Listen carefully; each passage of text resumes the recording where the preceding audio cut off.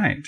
So, yeah, well, getting started, thanks for hanging out tonight, Odin. This is Odin Clack and Michael Magnus, and we just got back from Sheridan, Wyoming, and where we taught several business classes and decided, you know what, let's keep this conversation going.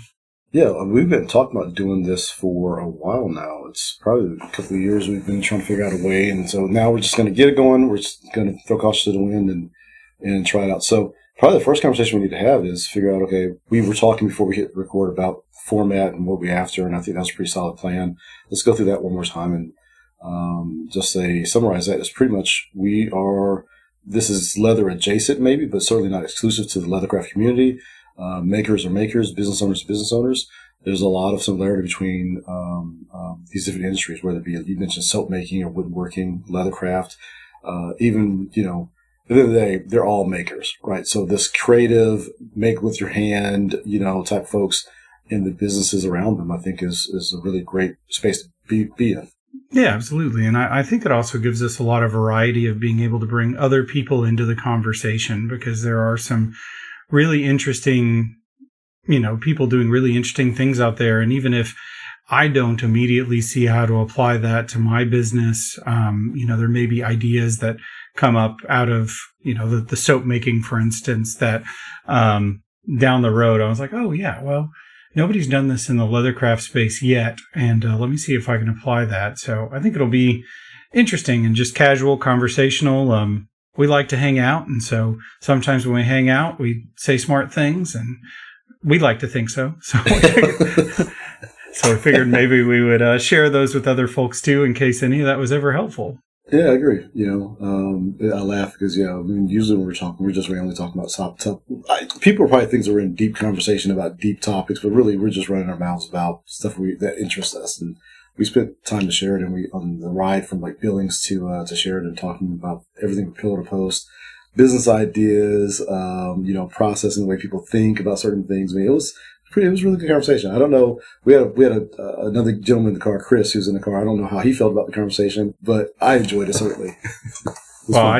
I think after he got his nap, I think he enjoyed it quite a bit, because ever since he got back from Sheridan, he's not a leather worker. He's a robotics engineer, and he's been thinking quite a bit about how to kind of marry the two of, industrial automation and Western arts, and ways that how do you kind of incorporate and preserve a lot of the history and the art of what people are doing, but maybe looking at ways for efficiency systems and things like that, which is, I think that kind of stuff is fascinating. I think that there's room for all of those conversations around how do we make continual improvements to the industry, because even with that, people may flinch about leather robots, but, at some point, somebody probably did the same thing with the sewing machine, for sure, and other things like that. So I think that there's plenty of interesting conversations to be had just broadly about what the potential is in the industry, and creating and innovating.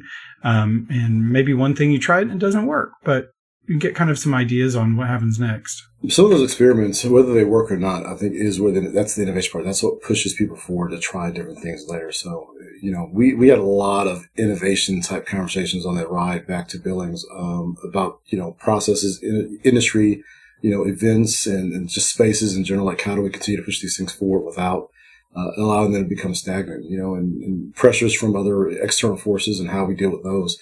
And I think one thing we did agree on is that there has to be some level of innovation to work past those pressures. We can't control the pressures, but we can control how we approach them and how we react to them. And that's where the innovation part really comes into play, especially in these really old industries.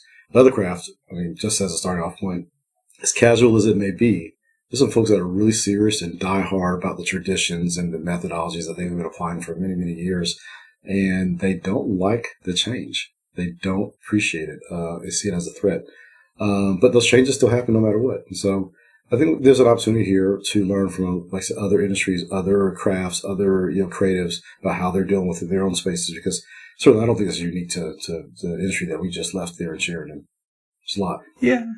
And I would even make the argument that sometimes innovation is part of preservation, because if you never innovate, there's a lot of opportunity. People talk about dying arts and things like that. And often it's not because there's not interest. Often it's just because it didn't stay with the times. And so I have on my LinkedIn page that I'm a recreational leathercraft historian, because I do really appreciate a lot of the history and documenting it. Steve Van Plu is in that same boat, but that doesn't mean that we don't recognize where opportunities are. You can still appreciate history and preserve history and see where other opportunities lie as well. Now, absolutely. I will throw out there, we keep talking about Sheridan like everybody just kind of knows what Sheridan is. There is the Rocky Mountain Leather Trade Show that happens every May in Sheridan, Wyoming. It's hosted by the Leather Crafters Journal, and this year they had the 30th anniversary. And it is it's almost more like a family reunion than it is a trade show. It's where they give out the Al Stolman Award for Achievement in Leathercraft. There's lots of classes. There's a lot of opportunity to do some shopping for sure, like a traditional trade show. But it is a great opportunity to just connect with and learn from other leather workers. And it happens in Sheridan, Wyoming, because there is, kind of to the point of what we were just talking about, a lot of history there. If you see Western floral, a lot of the Western floral that's very popular is actually Sheridan style. That's kind of based out of a saddle shop there that kind of took over and has a lot of interesting complexity. And we even saw a documentary about how this tiny town of 20,000 people in Wyoming influenced cowboy culture in Japan. What did you think about that? Well, the documentary was outstanding. It was touching. There's a few parts in it that really hit me pretty hard. The art and kind of the sacrifice some of these artists make in pursuit of the art. That was a really tough part for me to experience, because I spent a lot of time in my workshop, and you'd have to question at times whether or not it's worth it all. And I think I'm settled on believing now that some things are not worth it. My art isn't everything, which that actually should be easy for me to say, because I'm a passion and business driven person. I won't die by passion alone. It's like it has to be both of them. I mean, my business certainly is a capitalistic, endeavor for sure. So passion is not what really pays the bills. It's nice to have a little passion in there also. Anyway, but the takeaway there is that there's a lot that goes into it. And some of these artists really, they sacrifice a lot in pursuit of it. And I think we all have to evaluate that. But that documentary is not something I expected. I didn't know about it. I know maybe some people that were there were familiar with it happening. Certainly, it's easy to say some of the legendary people that were in the audience and throughout the event, they knew they were in the film, right? I mean, the film was just chock full of legends in this space. And speaking of legends in space, these are people I'm still learning about. I know all of them. I was real fortunate to be with you, because you have a phenomenal way of knowing everyone in the room and connecting the dots. And that's, by the way, part of innovation, right? They would probably assume that people know who they are. They're really well known in that space, in that group, right? But innovation, use that word again, hasn't really figured out a way to expand those names to the newer people coming into that space. I won't list off the names here, but some of the names people I met this weekend, and I already had some fond respect for, but many I had never heard of. They're not known in the spaces I operate in. And I'm in the leathercraft community, but not the same one that kind of comes out of Sheridan. Well, that's a shame, right? How do you make sure how do we innovate in a way that allows for that history and those names and those personalities to carry over to a newer generation? And I don't have the solution for it, but that's one of the things that we need to innovate on. We need to figure out a way to connect the generations within the craft, because they're all doing the same thing. They can all learn from each other. But right now, it doesn't seem like it grows. And I'll even go a step further than that. I had a tremendous time at Sheridan at the Leathercraft event. It was a very special place. That said, it also is somewhat limited, because it is really targeted towards a narrow part of leathercraft, right? A lot of it circulates around the saddle making, Sheridan style tooling, carving of leather, which I really appreciate. It's very beautiful work. But leathercraft is really, really broad. It may, depending on who you talk to, folks at that event will tell you that all other leathercraft comes from what they do. Maybe debatable, depending on who you ask. I figured people have been making things out of leather even before they were making saddles, right? I may get hung up for saying it like that, but okay, sure, let's go with it. But there's shoemaking, there's fine art, there's mask, there's cosplay, there's all these different angles on leathercraft that are not as well represented there. Now, granted, it's not. It may seem a very homogenous group. It's not as homogenous as it looked like on the surface. When you start digging back and peeling back layers, there's actually a lot of texture. There's a lot of character, a lot of other things going on. But still, it is dominated by this Western Sheridan leather carving and tooling, angle on the craft. But What about shoemaking? What about sneaker making? What about cosplay? What about all these other things that use leather heavily that are represented? That's an area that I think we could probably help, shed some light on. Yeah, and I think, there is kind of that's somewhat of the nature of the show too, right? In being in Sheridan, that it is a piece of the history. But that said, there is slowly but surely starting to be more integration of other types of representation there, right? Like there's some just incredible artists coming out of Asia doing some very, very fine work, doing very detailed work. Even some of the European leather workers are just challenging the status quo and doing really interesting things with their art.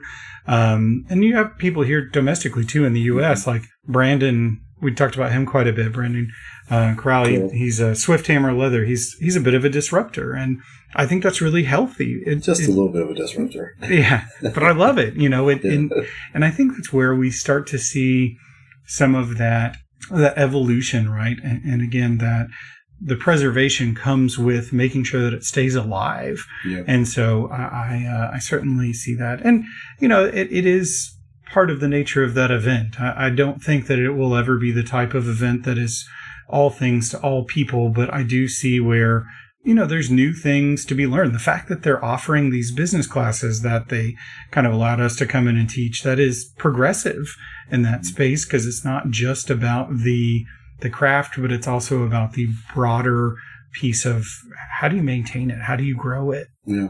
And just think a few years ago, the mention of business, or I'll even go so further, the mention of anything social media related would have been blasphemy, right? It just was not something that came up. It was like, oh, that's just that new fandangle thing. I'm not going to waste my time on that. I've been growing a successful business for the last 30 years and never had to deal with this, right? Well, now it's a lot of questions like, okay, people are asking, how do I do this thing? They've started to realize that something they used to push back against, now it's like something they want to know because they're being left behind. That's a very positive thing. They want to know whether they've been in the business for 2 years or they've been in the business for 30 years. Still a little resistant here and there. Like they don't really want to, but they at least they accept the fact that they need to at least understand what these options are. And then they can choose later whether they want to do it or not. So it's changing. It is. And I see with that too, sometimes it's not even about, we had some conversations that in their business itself, they didn't particularly need those marketing channels. However, they did recognize that social media and these other things are what keep general interest alive and keep it thriving. And in traditional Western arts and otherwise, that even if it's not necessarily they have enough business for 3 years, that's great. But, is that what's keeping the craft alive? Is that what's introducing new people? Because, candidly, there's an attrition rate to leather workers, and for everyone that passes, and we appreciate their contributions and miss them dearly, but who's coming in after them to pick up where some of that left off and take it to the next level. So I do think that maybe that's where some of the more traditional leather workers who don't see it as valuable for themselves, maybe even have been resistant to it, or starting to lean into it a little bit more and recognize the importance that it has to the industry. Yeah. I hope that they also pick up on the fact that even if it's not about generating new business, the solidifying their stories and their history is another use for it. Maybe it's not about generating new business, but hey, let me make sure that these newer people coming in the craft, they understand that they're attached to something bigger and something that's been around longer. I want to hear these stories. I want to hear it firsthand. I want to hear from, I'm trying to throw out too many names, but, I'll tell Jim Jackson because he was in the movie we watched. I want to hear the story of Jim Jackson. How did he get into this? Why? Keith Siddle, and Don King and all these other ones, right? Everyone else in the room at that event may know them because they've been hearing them for years, right? But new guys and gals coming into the business, where do they find these stories at? It's not like they're just documented on YouTube all the place yet. Maybe that's what we're aiming towards, right? But I would hate to see that these stories are lost. And so maybe it's not always about generating business, but it's all about maintaining, to your point, maintaining history and maintaining these stories so that others coming behind them can benefit from them. Stephen Van Pugh is obviously one of those people doing that. Don Gonzalez, his podcast, doing an outstanding job doing that. Don Gonzalez is probably speaking to many of the same people, right, that are kind of already in the groove. I think Stephen has seems like he's getting a whole new audience there. Oh, yeah. And I do think that is, there's a shocking amount of the history that's already lost, and a dangerous amount that only exists in the stories that people, know and are at risk of losing. And part of that conversation that we were having on the way is, I'm fairly involved with Elk Track Studio, and Elk Track Studio is a e-learning platform for leatherworking where there's tons of different videos from modern artists, but we also have some historical videos that were shot by a guy named George Hurst in the 80s and 90s.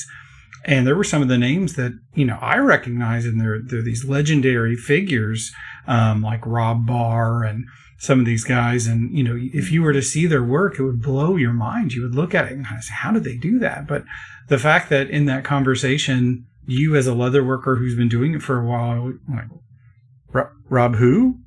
And that's not an efface to you and your knowledge of that is a testament to how important it is to preserve these stories, because he had some major influence on embossing and the way that we go about portrait or figure carving, all kinds of different things. And so, the fact that people who are in the industry aren't familiar. And I don't think you necessarily have to know all the history of something to appreciate the craft itself, but it does kind of help connect the dots a little bit to know those origins. And so I'm glad some of that stuff is preserved, but again, how much of it is at risk of being lost? Of course, I think more than we realize, because heck, even you and I, we only know the stories that we've been told so far, right? There's already been a lot lost. So that's very interesting. It's funny, you mentioned Elk Track Studio, so I would tell, not to get like shameless plug, I'm not going to ask you, I'll do it for you. I kind of plug Elk Track Studio in the sense that every time I've done anything with Elk Track Studios, or I've been around, mainly with Jim Linnell, who is, I guess, the main name behind Elk Track Studios, right? I mean, he's the main teacher, educator there, and historian, I guess, of all things. The cost of any training I've ever done with Elk Track Studios is well worth just the stories that come from Jim. I don't know. I mean, the classes are great. I've had a good time with all those. I took one of them while we were there sharing them from him. And I learned a lot, don't get me wrong. But just be able to sit there and listen to him ramble on and on whenever the room got quiet and tell these stories that you would never, ever hear anyplace else other than from him, it was worth the $50 or whatever it costs, right? So anyway, I tell a lot of younger folks that the same thing. Just go, whether you think you know how to do this stuff or not, just so you get the stories that you definitely haven't heard yet. Tell me, what is new? Like anything you want to share with the audience that's new to you that you really appreciated this week? Yeah, I mean, it is always good to see people and catch up and be a little bit reminded as to the why we do some of this. It's very refreshing. I left utterly exhausted, but really encouraged and with a whole list of new things to do.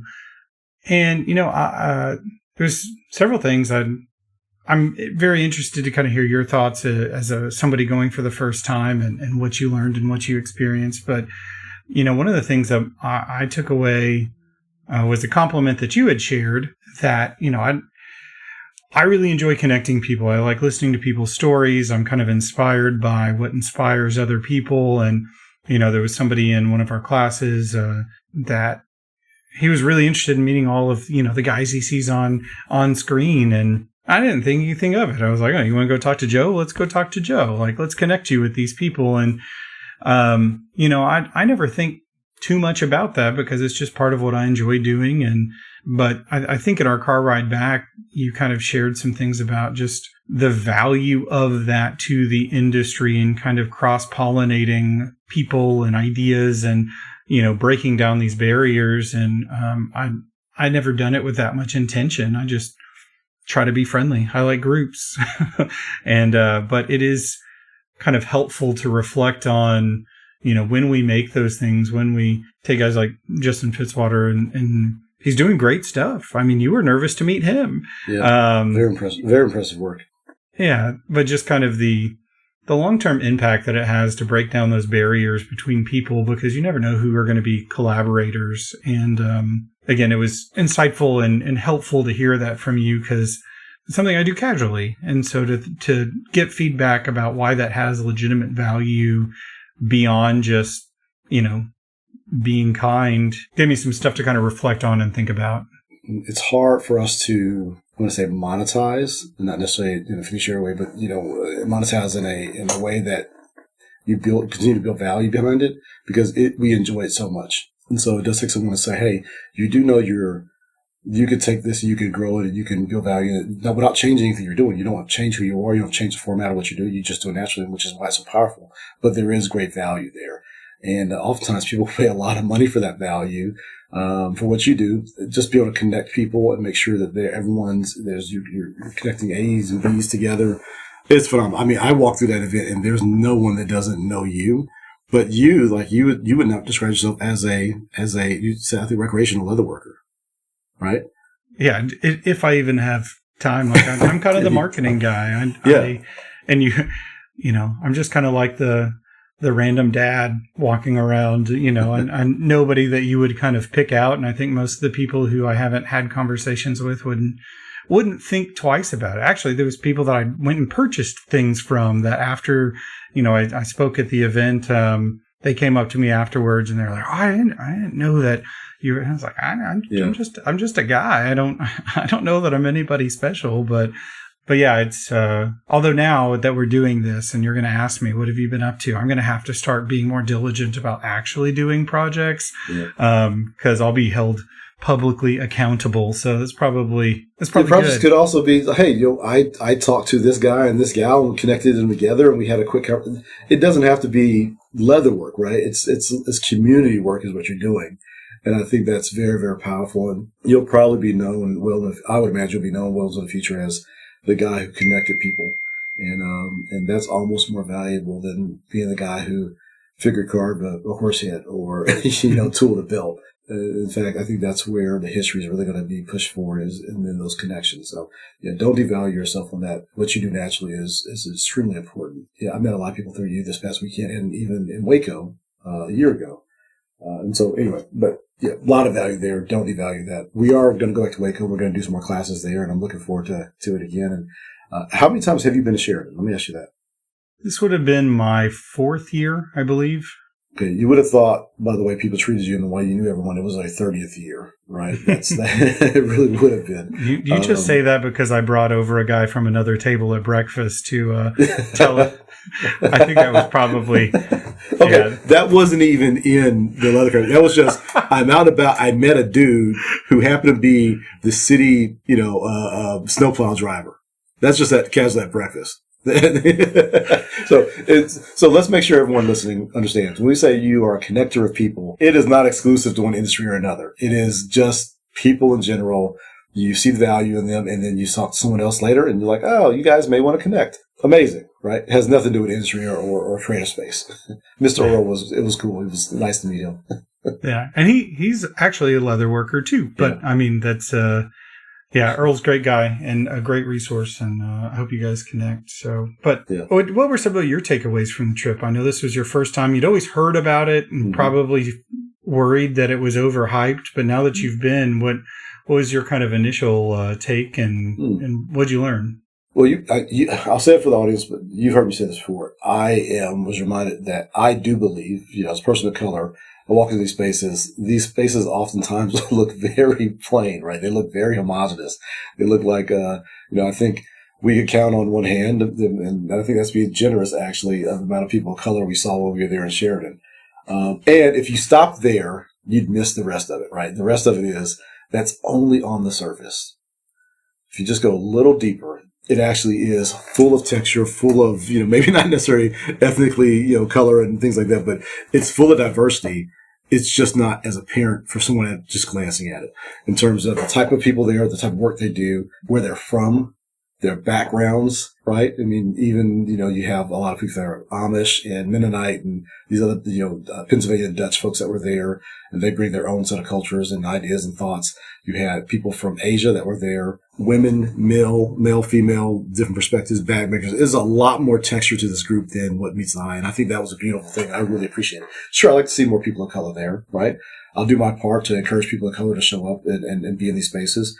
But that's not to say that there isn't already a level of diversity there that you may not see if you don't dig a little. So that's probably one of the biggest takeaways. Now, I'd also throw in that it was very, very family oriented. I enjoy it. There's a reason why I see why people go back year after year after year.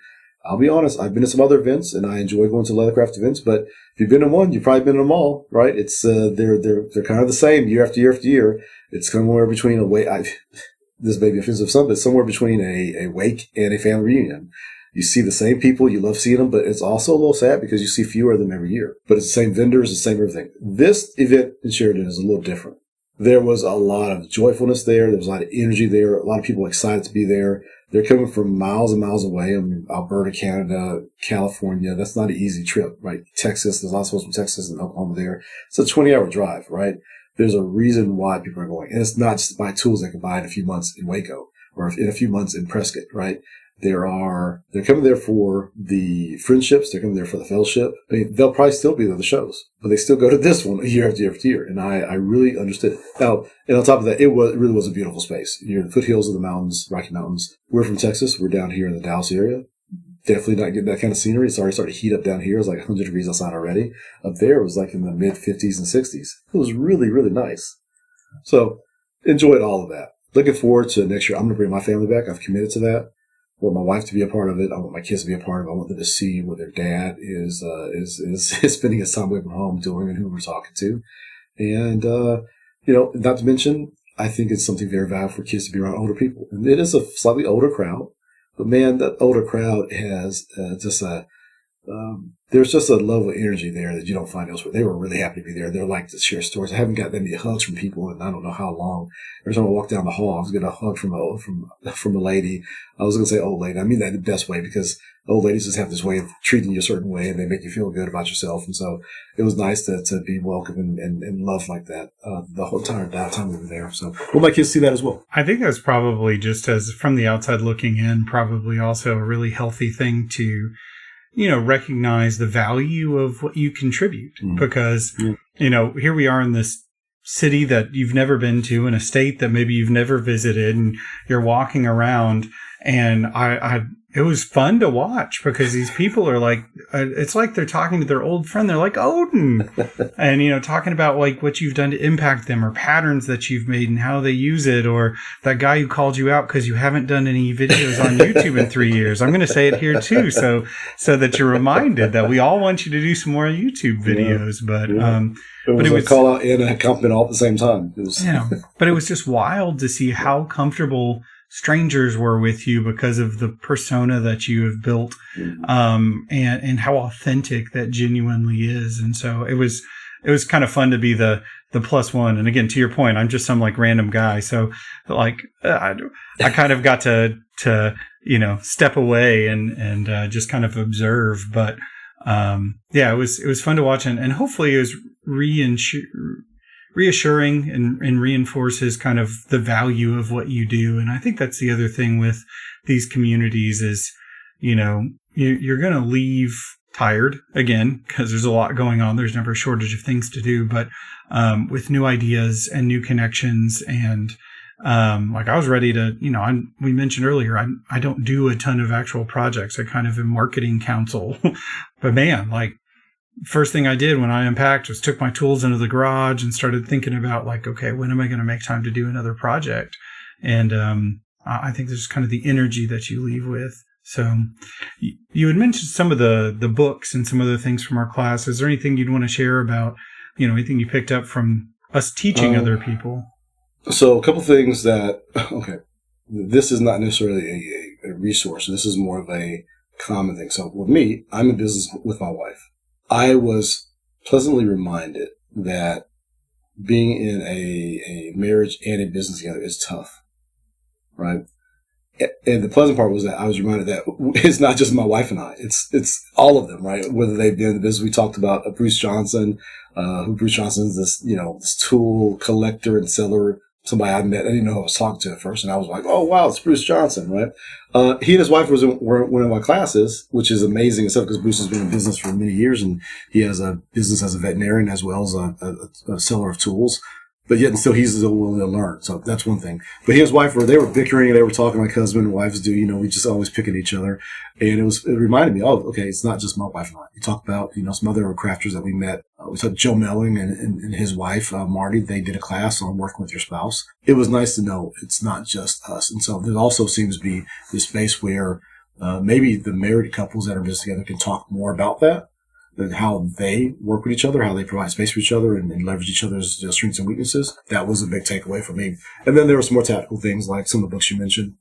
One I had actually known about, YouTube channel that we talked about, How to ADHD, right? You brought that up in one of our classes. I hadn't thought about that channel in a while, and maybe write it down. I haven't gone back to it yet, but I will be going back to it because it was actually a really good resource.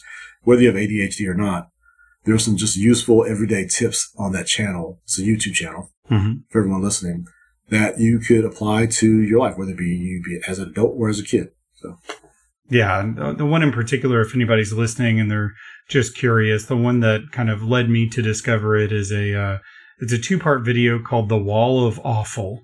And I don't care who you are. I don't care if you have trouble with, attention or not, which to be fair, most of us probably do. That's why we're doing craft, is because we wanted something more interesting to do with our time. But as a video, there's just some great insights about how do you run into those tasks that you just don't want to do, and how do you get past it, and how do you manage that for yourself? And so anyway, it has nothing to do with crafting per se, although probably has everything to do with crafting at the end of the day. But yeah, great resource in just kind of learning how to manage workflow, particularly for creative people. Yeah, it was really good.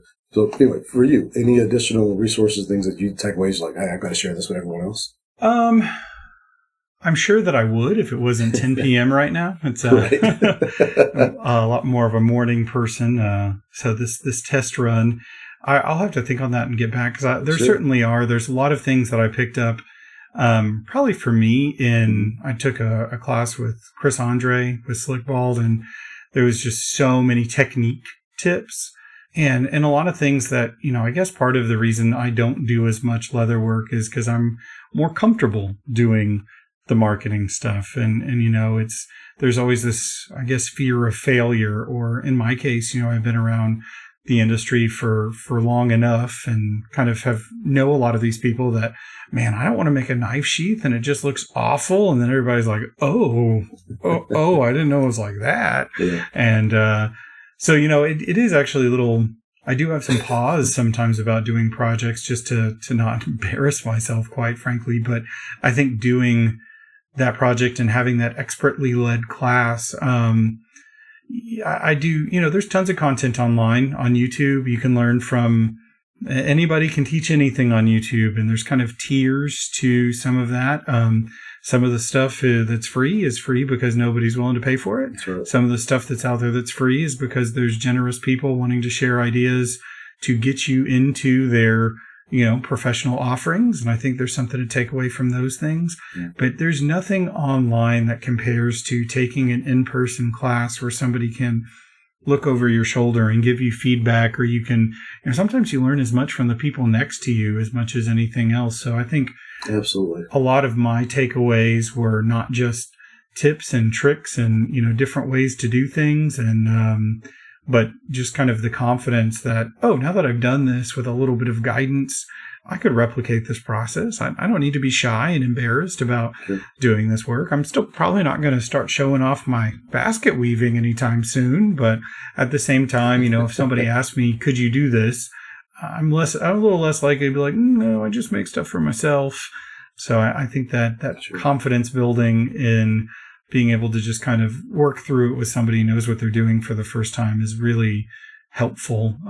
Again, strongly endorse any of those online classes in-person classes, just because of the feedback that you can get, and that it's really, really helped me a lot. Yeah. And you're in the room with other people. So, but I do want to point out, you may not be a creative, as much of a creative in the leather space, but the work that you do on the marketing side is absolutely creative.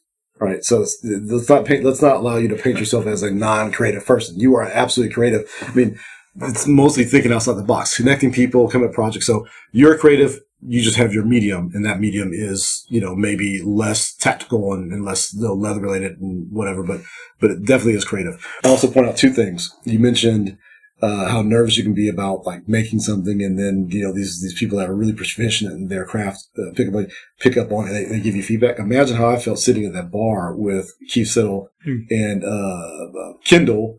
These outstanding crafters, as they forced me to take off my belt so they can evaluate every aspect of this tool belt that I have on. And I'm waiting for these guys are going to run me out of here, right? Because it just doesn't appear. And funny, they were very kind.